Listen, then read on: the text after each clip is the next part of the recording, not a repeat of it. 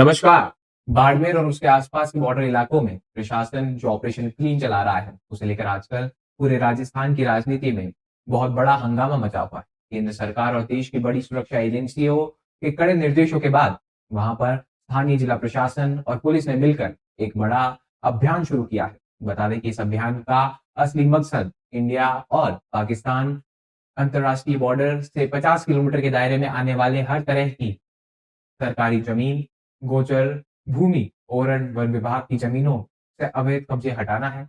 इस तरह के कड़े कदम के तहत गोधरा रोड, कैलान का पार, नई सीआई, गगरिया, रामसर और चोटन जैसे संवेदनशील सीमावर्ती गांवों में एक बार पुलिस बल की तैनात किया गया है।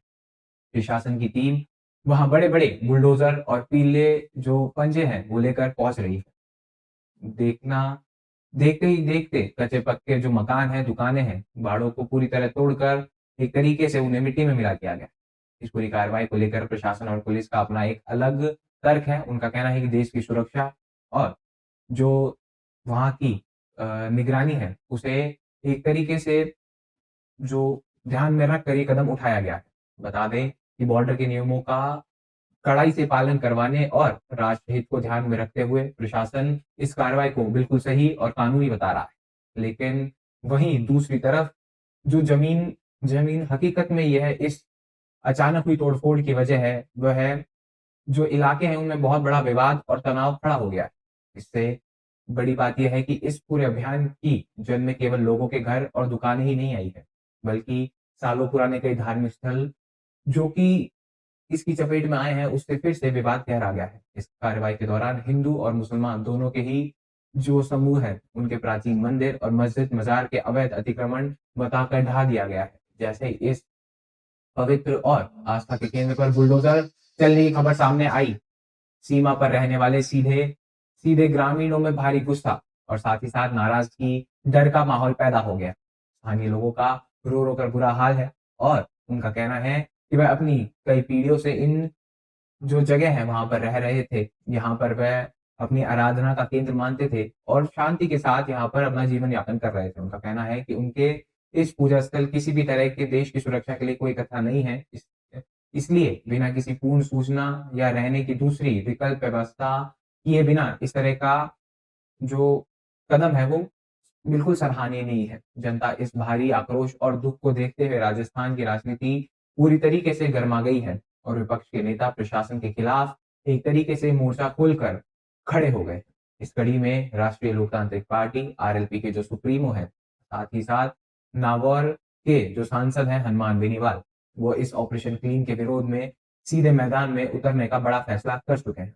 हनुमान बेनीवाल 2 जुलाई को बाड़मेर और बालोतरा जिले के एक बहुत बड़े और तूफानी दौरे पर निकल रहे हैं ताकि वह सीधे उन प्रभावित गांवों और ढाणियों में पहुंच सके जहां प्रशासन अपने बुलडोजर चला रहा है। बेनीवाल का मुख्य उद्देश्य है वहां जाकर जमीनी हकीकत को अपनी आंखों से देखना, पीड़ित परिवार से मुलाकात करना, व्यक्तिगत रूप से उनसे मिलना और उनके आंसू पोंछना बताया जा रहा है।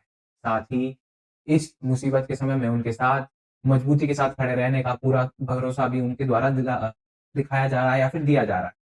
उनके इस दौरे के दौरान हिंदू और मुस्लिम दोनों समुदाय उन पर धार्मिक स्थानों भी एक तरीके से क्षतिग्रस्त किए गए हैं ताकि वो पूरे इलाके में सांप्रदायिक स्वभाव, आपसी भाईचारा, शांति का एक मजबूत संदेश दे सकें। हनुमान बेनीवाल का मानना है कि सरहद पर अमन चैन, आपसी एकता बनाए रखना सबसे पहली प्राथमिकता होनी चाहिए। किसी भी अभियान के नाम पर भाईचारे को ठेस नहीं पहुंचानी जानी चाहिए। हनुमान बेनीवाल का जो आक्रामक रुख है और सीधे जनता से बीच जाने का जो फैसला है, वो बाड़मेर की सियासत का तापमान और गर्म कर देता है, क्योंकि वह अपने बेबाक और एक तरीके से तीखे राजनीति के लिए पूरे राजस्थान में जाने जाते हैं।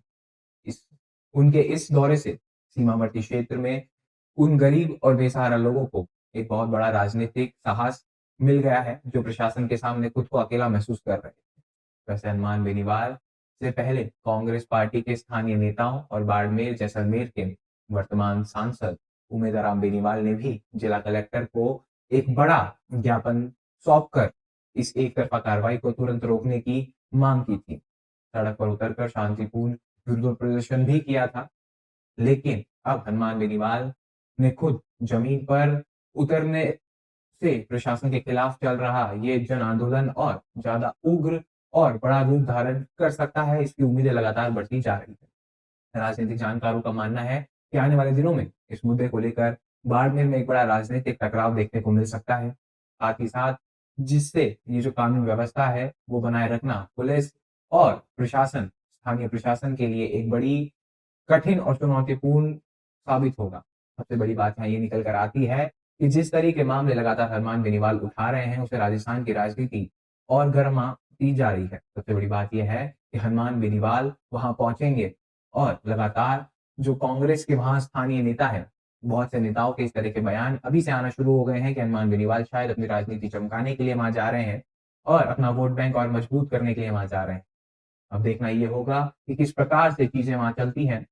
सबसे बड़ी बात ये निकल कर आती है कि क्या हनुमान बेनीवाल सिर्फ वोट बैंक की राजनीति करने वहां जा रहे हैं, क्योंकि इस तरह के आरोप विपक्ष उन पर लगा रहा है और जिसे वो कहते हैं कि जिस पार्टी का विपक्ष में भूमिका बिल्कुल नहीं है, उन्हीं की पार्टी आरएलपी विपक्ष की भूमिका राजस्थान में निभा रही है। तो क्या ये सीधा सीधा संदेश जाता है उस पार्टी को कि मैं अभी भी राजस्थान में मजबूत हूं और मैं ही विपक्ष का काम करूंगा।